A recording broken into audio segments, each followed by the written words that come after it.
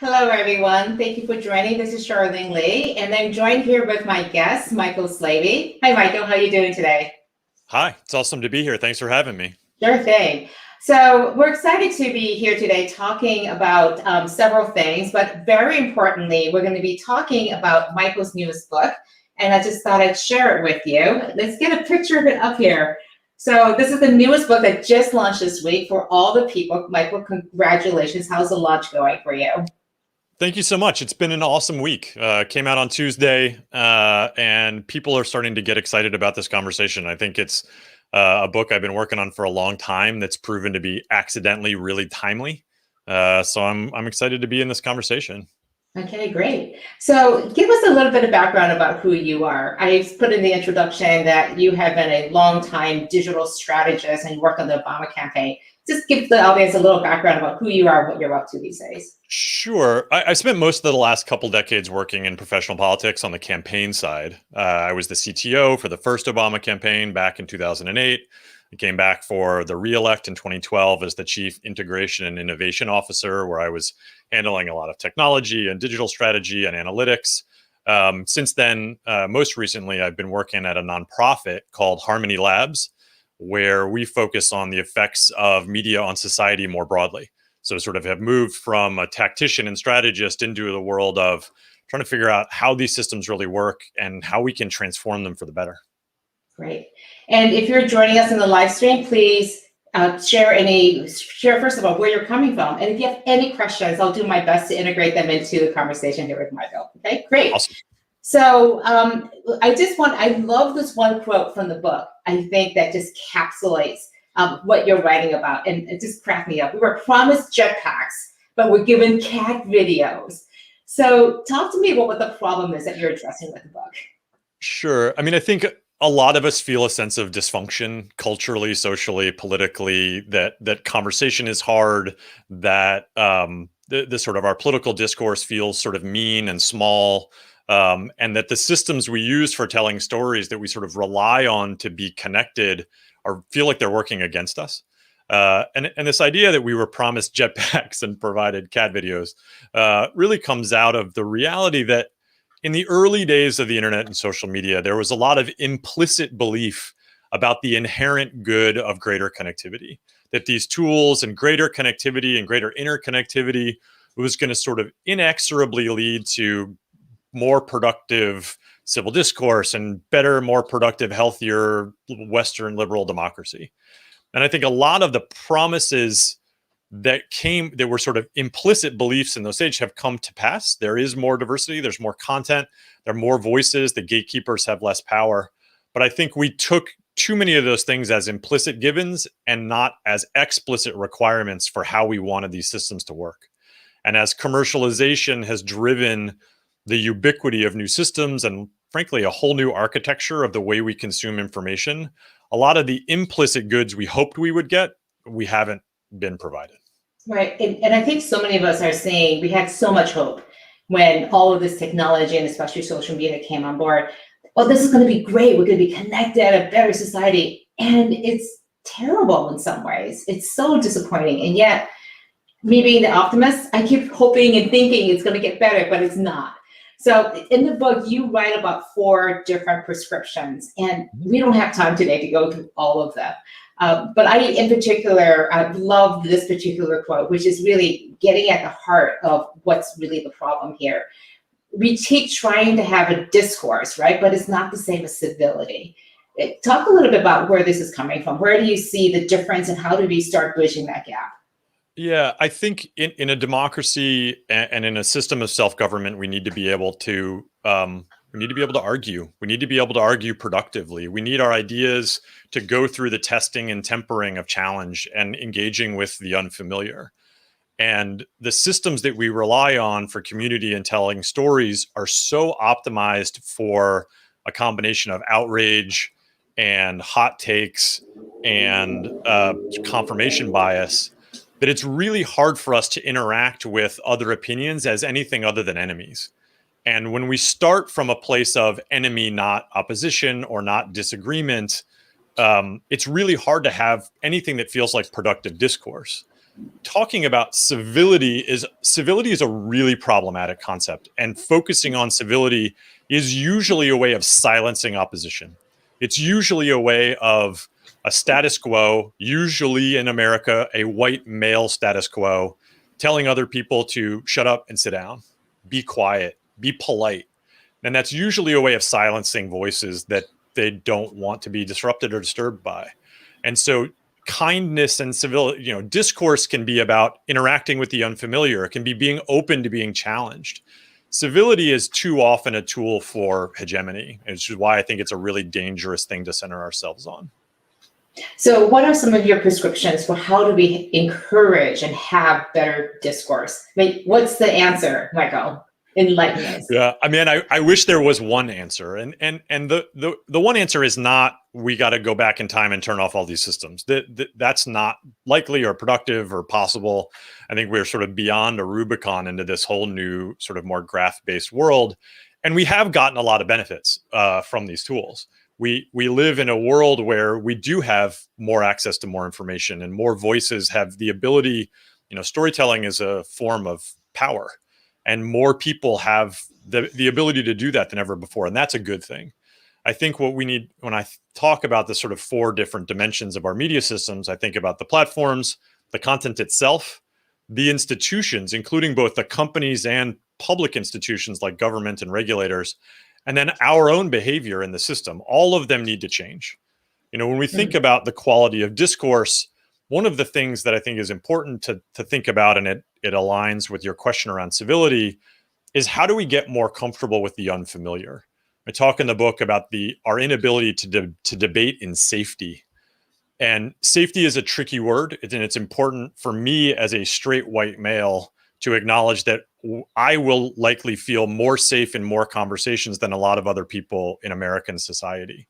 And so the people, Mickey Scott Bay and the people at the People's Supper, talk a lot about the difference between safe spaces and brave spaces, and creating enough room and our expectations that we will get to engage with the new and unfamiliar as a mechanism of curiosity and discovery and creating better ideas and discovering better opinions, and not as a terrifying trip into the tyranny of outrage. And this is where the platform design has to help us, right? If the platforms are designed to play to our fear, to keep us on our heels, to make us feel like we cannot keep up with a never-ending stream of information that we cannot distinguish, we are forced into a position where being curious about the unfamiliar is actually cognitively and psychologically impossible. And so that's where the systems level piece has to help us out.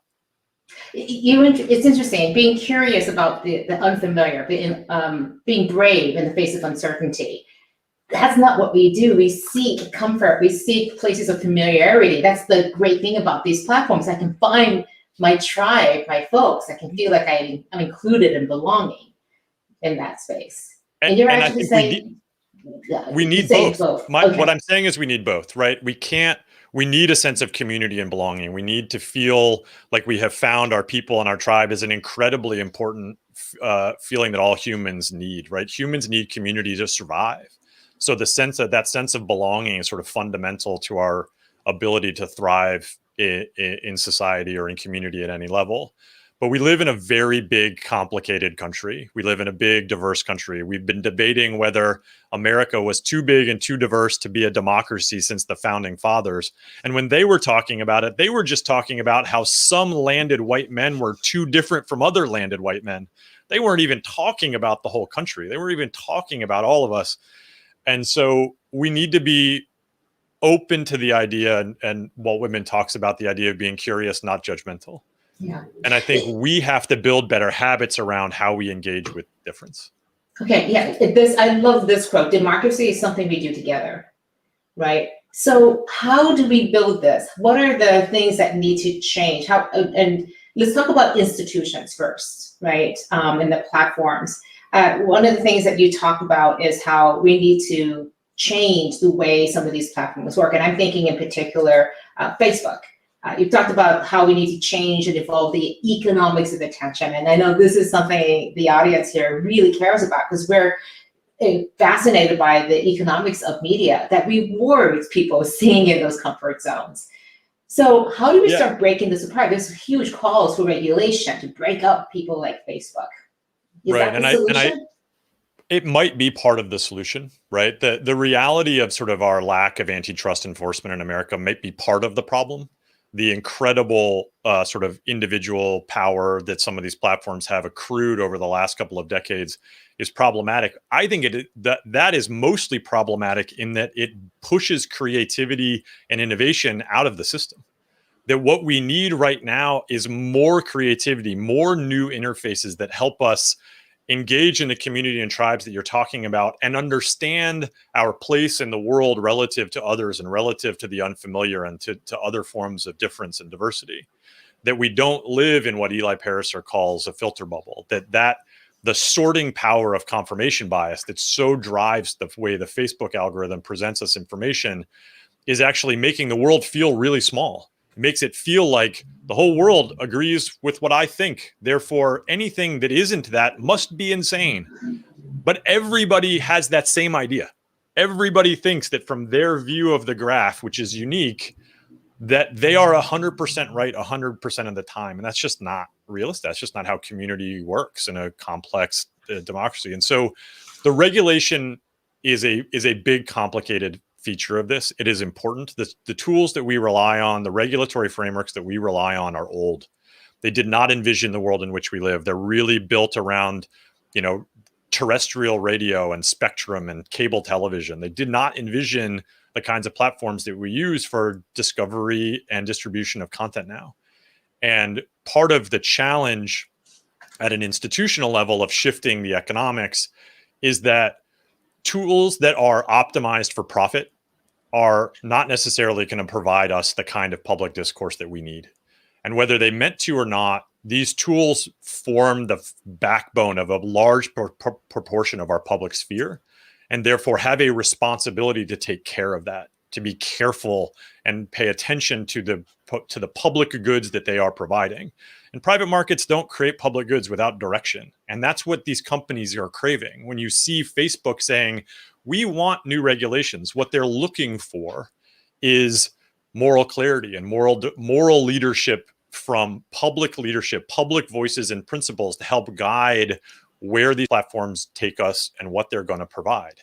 And this is where we get from the implicit belief about hoping for jetpacks into cat videos. Cat videos is the outcome of optimizing for profit, but we need discourse. We need the jetpacks, and we just have to demand them. When I talk about demanding, that's our own behavior as individuals. That's us as a collective public in the form of regulation. And in order for regulation to work, we need new leadership too. I think when we see people like Mark Zuckerberg testifying in front of Congress, and it's fairly clear that it doesn't seem like the congressmen understand the questions they're asking. We need to improve the quality of that leadership. And from what I know, and from the people I know in leadership, they're eager for that. They want a better conversation. They want to improve what is possible here. And I think there is a new attitude and a new openness to reimagine how these tools are working and what we want from them than we've ever seen, which is great. So here's the question. I mean, I was impressed by the level of the dialogue between the first appearance last year and the disappearance this year. But just like the knowledge and the quality of the questions was so much better. Not as press-worthy, but it was so much better, right? So I think our leadership is starting to step up to the same. I think that's right. Yeah. So what do you think are some of the things that we should be advocating for from our elected leaders to put in terms of regulations? I mean, what are some of the things that you recommend? Just give one or two. I do think sort of the focus on our monopolistic economy and sort of the lack of antitrust enforcement is an economic lever around power and creativity and innovation that we need to reconsider. No question. I think people talk and focus in a lot on Section 230 of the Telecommunications Act, which is the section that gives sort of removes liability from platforms for the content that users post. So Facebook's not liable for any of the misinformation or disinformation that they distribute. I think purely repealing that without a larger view of what we want content moderation to look like and how we want these systems to function is a little short-sighted. But I think the idea that these systems are not liable for the damage they do to our public sphere is laughable. And that's a lack of responsibility we can't allow to persist. So Section 230 is clearly part of it. Antitrust is clearly part of it. And maybe a new definition of what we think of as a common carrier. What do we mean by public discourse? Right now, when we talk about the economics of attention, almost all of the content and storytelling we rely on flows through a single economy. And it may be the case that we need slightly different economics for entertainment, history, news, cat videos. It may be the case that like the cat riding the Roomba is just more fun than the long-term investigative report on corruption in the Department of Justice. And so in the same system, the cat video is going to win every time. But it turns out that long-term investigative report is more important. Like we actually need to understand that more. And so maybe the economics need to be a little different. Maybe we need to consider the idea of a different type of distinguishability or different spaces that are designed for public discourse and not just to entertain. Yeah, I love and you talk a little bit in the book also about how journalism needs to be reconfigured even, that it's not the goal to be unbiased, but to create transparency.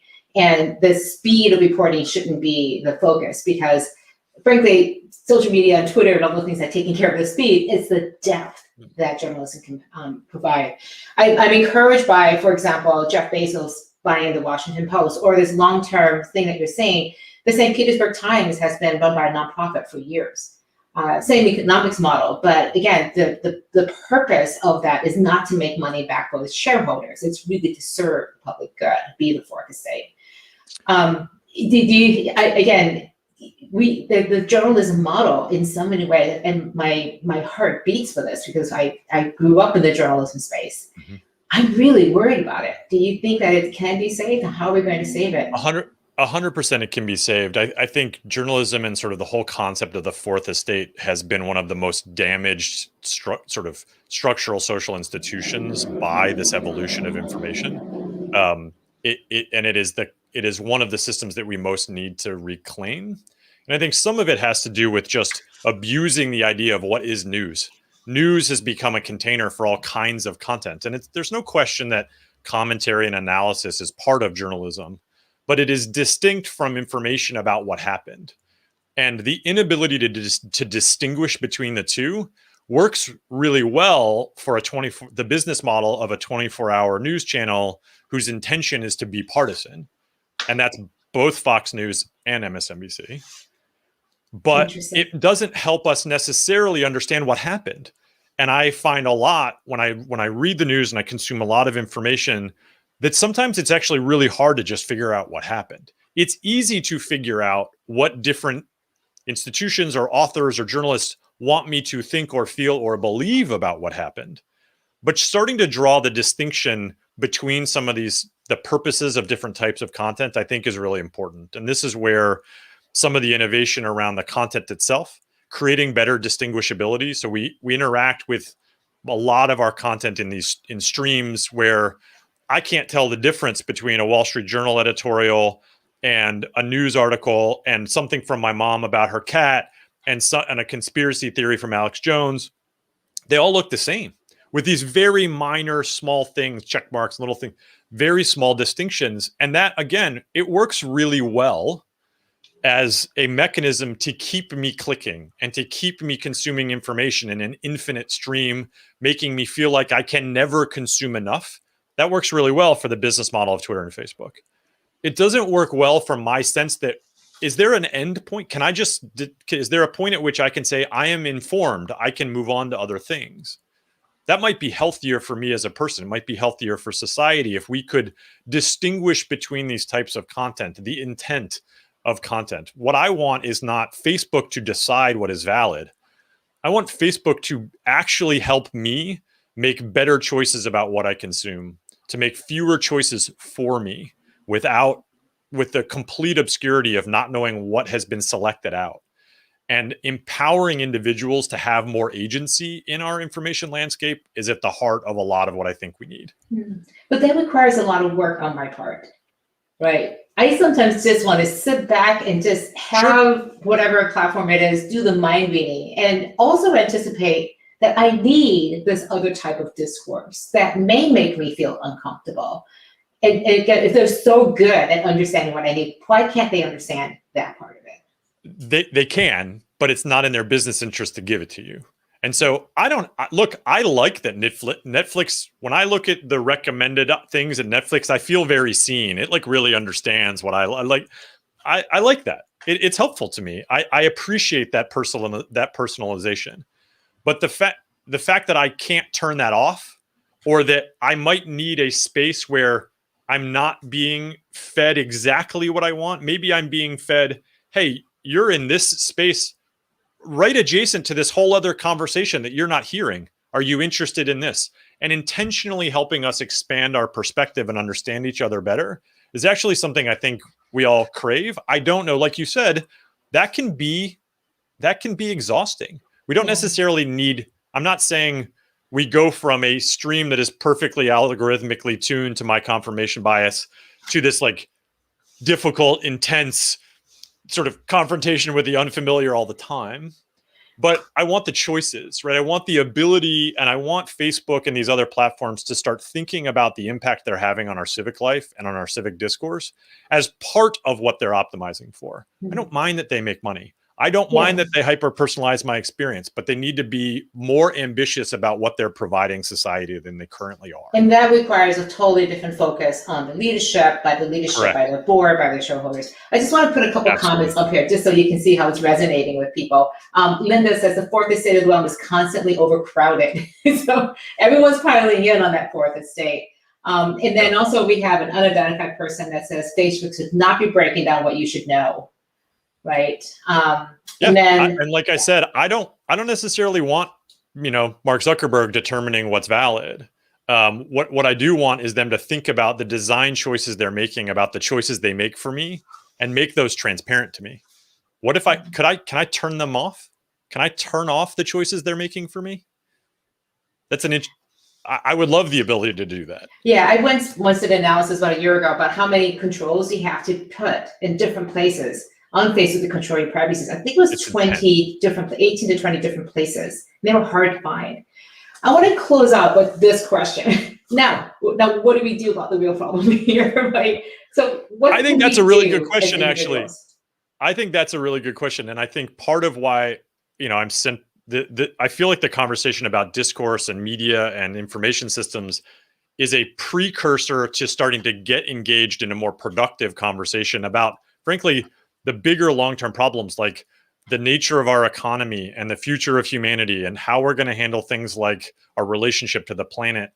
Right now, the media systems we live in and we rely on for those conversations are making it harder to be productive about that progress. And so I think to a large degree, starting with media and technology is a precursor to a lot of the other real problems as this user, I think that's what they mean, might be pointing towards. So what can we do? I think one of the realities of the new landscape in which we live, in a graph, people are the most numerous node. So in aggregate, we have an enormous amount of power, right? Our ability and the choices we make about what we consume and where and how, the potential for public advocacy right now around regulation, this conversation is moving. Senator Coons is leading a subcommittee within the Justice Committee in the Senate, with Senator Ben Sass about misinformation and disinformation, privacy and law. There is a lot of public conversation going on right now. And this is part of what we have needed, is that we privatized too much of what we needed as public goods from these systems. And so there are lots of opportunities for public advocacy right now to get engaged in very specific ways. I also think that brands and businesses are accepting more responsibility for the nature of their civic conversation and civic engagement than we've ever seen. And there still remains an enormous amount of leverage that large advertisers have over our media systems, because they are the $1 trillion in revenue that these companies rely on. The amount of leverage that they could be exerting is even greater than what they have been doing up to now. And I think that's a responsibility we need to see more brands embracing. So Nike, with the sneakers and its focus on social justice, could demand that Facebook does certain things to Correct. highlight or to distinguish, again, when these conversations are happening, and then potentially sponsor that too as well. So that's an interesting thing. Yeah, I think that's part of it. And I think as we see regulation and privacy law sort of changing the nature of things like cookies online, as we see sort of the effectiveness and sort of the underlying infrastructure of how paid digital media works starting to break down, become less trackable, we're going to see organic content becoming more emergent and more central to strategies. And that means more natural, more authentic storytelling, taking precedence over the ability to buy attention. And I think ultimately that's better for all of us too. So I'm going to put you on the spot here. I have a to-do list. What 1 or 2 things can I put on my to-do list to make a difference? Put your phone on Do Not Disturb all the time. Already turn off all your notifications. Good. So turn off all your That's notifications. a great example, Maybe yes. like your wife and your mom or your spouse and your mother or something. Just try to remove the lever, the sort of push button that these platforms have over our psychology. So turn off as many of your notifications as you can, so you're making more proactive choices about where and when you consume things, and you're not quite as at the mercy of the design, of the sort of dopamine addiction that they build into all of these things. So that's step 1. Step 2, I think, intentionally diversify where you get information about civic life. So if you're a liberal, start reading redstate.com and watch a little bit of Fox News. Just try to start and do it with, it's going to be infuriating probably, and that's okay. I'm not asking people to agree with their opponents, and I'm certainly not looking to make room. There's been this conversation about unification, and there's been a lot of conversation on the left about not wanting to unify with white supremacy, for instance. I don't want to do that either. I'm not talking about making room for exploitation. What I am talking about is there's a distinction between existential threats and political disagreement. And we need to develop the systems we rely on for this information are really allergic to nuance, and they've made us allergic to nuance too. And so we need to try to consume information that is unfamiliar and from voices that don't look like us. And we need to very actively look for that as a way of starting to understand the broader sort of set of perspectives that exist in society around us. Those are great things. My head kind of explodes every time I read the Wall Street Journal opinion page, but I still read it because it makes me think, and it gives me insight into what so many of my colleagues are thinking about and believe today. And it informs me to have that dialogue. But yeah, my head does kind of explode every time. It's also how our own ideas get stronger. Right? Right. Debate is partially how our own ideas get clarified, and how sort of the power of my convictions are sharpened and tempered by being challenged by other opinions. It's important for us to do. Yeah. So Linda has a great point here, and I agree with this. And I put my phone on Do Not Disturb, I wouldn't be here on this live right now. She wouldn't have known about it. And so you miss out on all these information. And I struggle with this because I love being on Clubhouse. I turn off my notifications, but I miss all these great conversations with people I like and want to connect with. So how do I have a better Do Not Disturb, I guess? I think this is really tricky right now in particular. And I'm a strong believer in the Do Not Disturb button.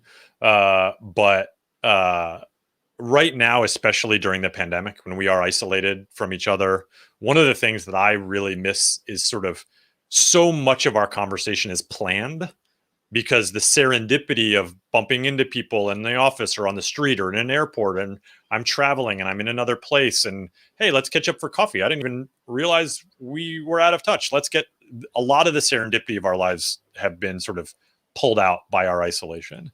And it's something that I'm really craving. I really miss some of that unplanned, really joyful interaction with people that I didn't expect. And so I think especially right now, it is really tough, right? Because if you plan everything, you're also subject to the biases of your own calendar and your own planning and your own intention. So serendipity does matter. And this is where it's not either or, it is both and. When I say turn off the notifications, that doesn't mean like go randomly scroll through Clubhouse and see what's, if you got a free half hour, go figure out what somebody's talking about and get into a conversation that you have no idea about. Just listen for a minute, see what happens. One of the things try I to do discover is, some of that for yourself. yeah, I love that intentionality of engaging. I think of it as my media diet of what will I consume and what will I won't consume. When will I consume it and when I won't. And so I have more control over that and being much more intentional about seeking out that first point of views. That's great. We're going to close up here. I just want to highlight one little tidbit that was in your book. You moved from your hometown in Chicago into this tiny little hamlet in upstate New York. And part of that was driven by what you talk about this book. Just tell a little bit of that personal story, because I find that so fascinating. We're going to close up on this. Yeah, so I lived in downtown Chicago for 20 years and loved it. Chicago's an amazing place, and I loved it there, and I miss my friends terribly. We moved here to a little town in the Hudson Valley to be closer to family. My wife's family was here and needed more help, and we wanted to be able to provide that. And what we have discovered living in a small town is we really love how quickly we've been able to be embedded and become locals in a small space where we really know all the people around us. I joined the volunteer fire department and became an EMT. My wife is now sort of on the village board. And it's become, especially during the pandemic, we live in a small enough place. There are only 2,000 people in the village, 2,500 in the village.